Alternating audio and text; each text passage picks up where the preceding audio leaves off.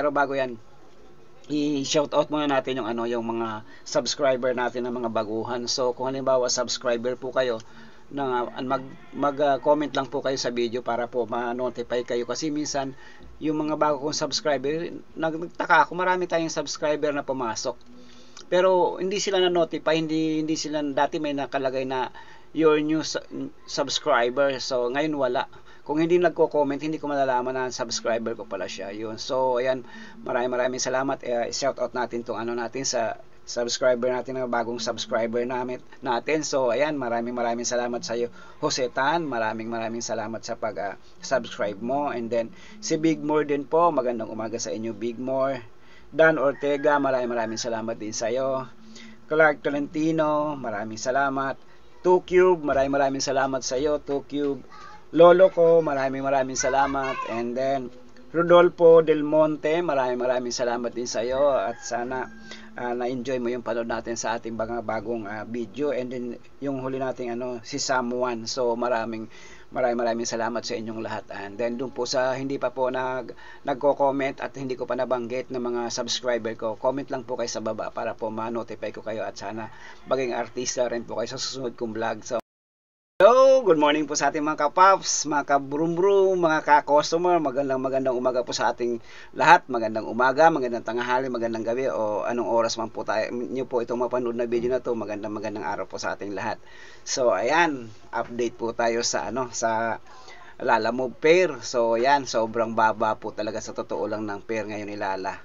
At saka napakarami namang booking, kaso nga lang sobrang liliit talaga, nandyan lang siya sa 200, 300, so minsan may 100 pa. So bakit po ganyan? Bakit po nagkaganyan yung yung mga delivery pair nila, sobrang baba talaga sa totoo lang.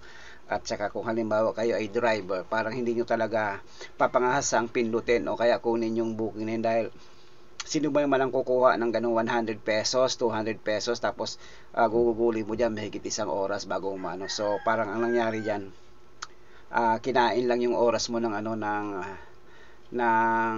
iyong boundary. So yung boundary kasi ng sasakyan, kadalasan ang isang oras yan ay 100. So kung halimbawa na nakikipag-boundaryhan ka lang, tapos kukuha ka ng mga booking na 100, 200, 300, so lugi ka po talaga dyan kahit anong gawin mo, kasi sobrang traffic din. So pag-usapan natin yung kung bakit sobrang baba na yan.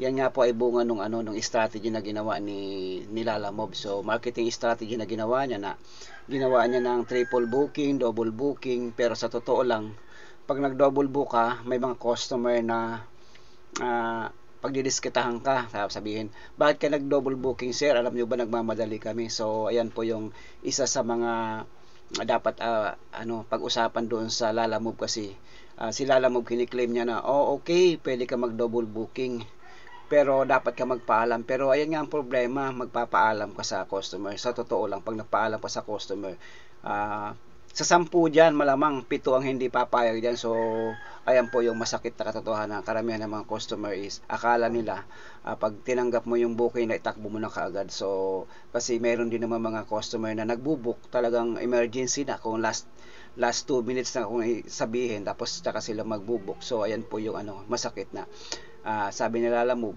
pwede ka mag-booking pero dapat mo magpaalam. Paano pala kung halimbawa hindi na mo pumayag si customer na magpaalam ka na magdo-double book ka, pero ayan nga yung ang mangyayari, ikaw yung mapuputukan ng ikaw din yung kawawa, tayo rin kawawa mga driver, kasi hindi tayo makapag-double book. So kung nagkaganon, mapipilitan kang itakbo yung isang booking mo pa lang, kasi ayun nga yung sinabi ni Lalamove na dapat magpaalam ka. So pag minsan ako hindi talaga ako nagpapaalam din doon sa mga customer, lalo na kung halimbawa medyo malayo yung pupuntahan, hindi talaga ako magpapaalam, kasi kapag tinakbo mo naman yung isang booking lang, sa totoo lang parang tabla ka lang niya, wala ka pang kita dyan, malamang malugi ka pa dyan sa gasolina. Yan po yung masakit na katotohanan na ginagawa ni Lalamove sa ating mga driver lahat. Sa totoo lang, noon kumikita ako bilang sa single booking lang, kumikita ako kasi yung surcharge noon okay, minsan mga 200% yung up doon sa surcharge. So pwede mo na talagang itakbot at hindi ka na kakain ng oras mo. So mabilis lang din. Kaya nakakadaming booking ako noon. kahit na naka-single booking lang, kumikita talaga ng maganda. Ngayon hindi na, kasi magdo-double booking ka tapos ang liit naman ng ng pair. So parang ang ginangyari, naghintay ng kasabay, tapos yung takbo mo parang pang isang pair lang din. So kinain lang yung oras natin ng sistema. So kaya hindi tayo kumikita, kasi nga kinakain lang din ng nilalamob yung ng gasolina, especially sa gasolina. Kinakain lang din yung paghintay natin, tapos yung gasolina pa natin, nandiyan lang napupunta yung ating kinikita. So luging-lugi talaga si driver, sa totoo lang. So ayan na yung katotohanan sa atin ngayon. So sana po naintindihan natin doon sa mga driver, sa mga customer na minsan sabi ng customer, bakit kayo nag-double book? Hindi niyo wala, kailangan naman yung items na yan. So ayan, minsan hindi tayo nagsasalita diyan, kasi pag sinagot naman natin si customer, talagang yung rating natin sobrang ibabagsak naman niya yan. So ibig sabihin, sumasagot ka pa, ikaw na nga may kasalanan. Ayun yung nasa mindset ng mga customer, na kasalanan natin kung bakit natagalan yung kanilang mga pinadi-delivery. Hindi na alam na minsan sobrang traffic. Totoo naman, kahit nag-single book ka na kasi malapit lang, pero na-traffic ka pa rin. So ang tagal pa rin bago makarating sa kanila. So hindi nila naintindihan. So ayan po yung katotohanan, na sa ating mga driver, tayong binabagsakan ng strategy ni Lalamove, o kaya yung marketing strategy niya, tayo yung mga nabagsakan. So kaya marami ngayon sa mga kakilala ko na mga Lalamove driver na umalis na talaga sa pagiging driver, at po naghanap ng ibang trabaho, o kaya pumunta sa ibang platform, kasi nga hindi talaga kumikita ngayon, sa totoo lang, kahit na may triple booking, may double booking na sinasabi pa si Lalamove. So makwento ko lang din, ng isang araw nga nakakuha ko ng isang booking na medyo may maganda naman yung surcharge niya, kaso nga lang alas 5 na to ng hapon, kasi doon lumalabas yung surcharge na malaki-laki na alas 5, alas 4 hanggang alas 5. So parang mangyayari diyan, maiipit ka rin sa traffic diyan. Kung halimbawa galing ka ng Maynila papunta kang Cainta, abutin ka talaga ng 3 oras. Sa totoo lang, 3 oras yung niya abutin mo diyan. Kung halimbawa alas 5 darating ka yan doon sa Cainta, mga yan, alas 8 na yan, alas 8 na ng gabi. So ayan yung naranasan ko ng isang araw, na galit si customer, bakit nga daw inabot ako ng ganyang oras. Sabi ko, sir naman, rush hour na ngayon. Sabi niya, wala naman traffic. Sabi ko, iba siguro yung dinaanan nyo, rekto yung dinaanan ko, di ba? Alam mo naman yung kahabaan ng rekto, na kung gaano katagal ang traffic diyan bago ka makalusot. Abutin ka ng 1 oras kalahati o 2 diyan bago ka makalusot kung rush hour na. Ayan po yung katotohanan. So isa po yan sa mga adjustment ni Lalamove, na talaga tayong tinamaan, mga driver. Yung mga kita talaga natin, hindi po talaga maaasahan sa ngayon, sa totoo lang.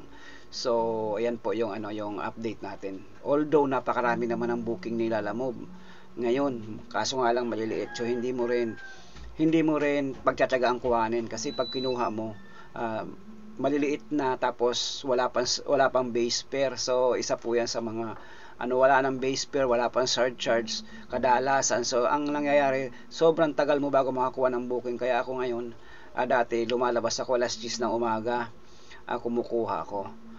Nakaka-7 booking ako, 8. So ngayon hindi na ako nakakakuha ng ganun, kasi lumalabas ako alas 3 na ng hapon hanggang alas 9 ng gabi, pero nakakuha ako ng mga 4 na booking. So maswerte na ako, maka 1.5 ako. Yan po yung katotohanan ngayon sa Lalamove. So good luck doon sa ating mga driver ng mga sana po mag-adjust si Lalamove, na hindi pwede yung sinasabi niyang kahit gawin niya pang 4 yung booking, 5 booking, kung hindi na makikita yung driver, hindi rin magkiklik yan, sa totoo lang. Yan yung katotohanan, kasi marami ngayon mga driver na umayaw na talaga sa pagiging Lalamove. So yan, maraming salamat. Yan po yung natin. Maraming salamat. So yan lamang po ang ating update ngayon, and sana po nagustuhan niyo po yung video natin, para po at saka i-like niyo na rin po, para po every time na gumawa ko ng video, so manonotify po kayo. Maraming salamat po sa inyong lahat, and have a blessed day po. Have a blessed day po sa ating lahat, and thank you po sa panonood. Ayan lamang po, at sige po, sa susunod pong muling video, maraming salamat. Thank you.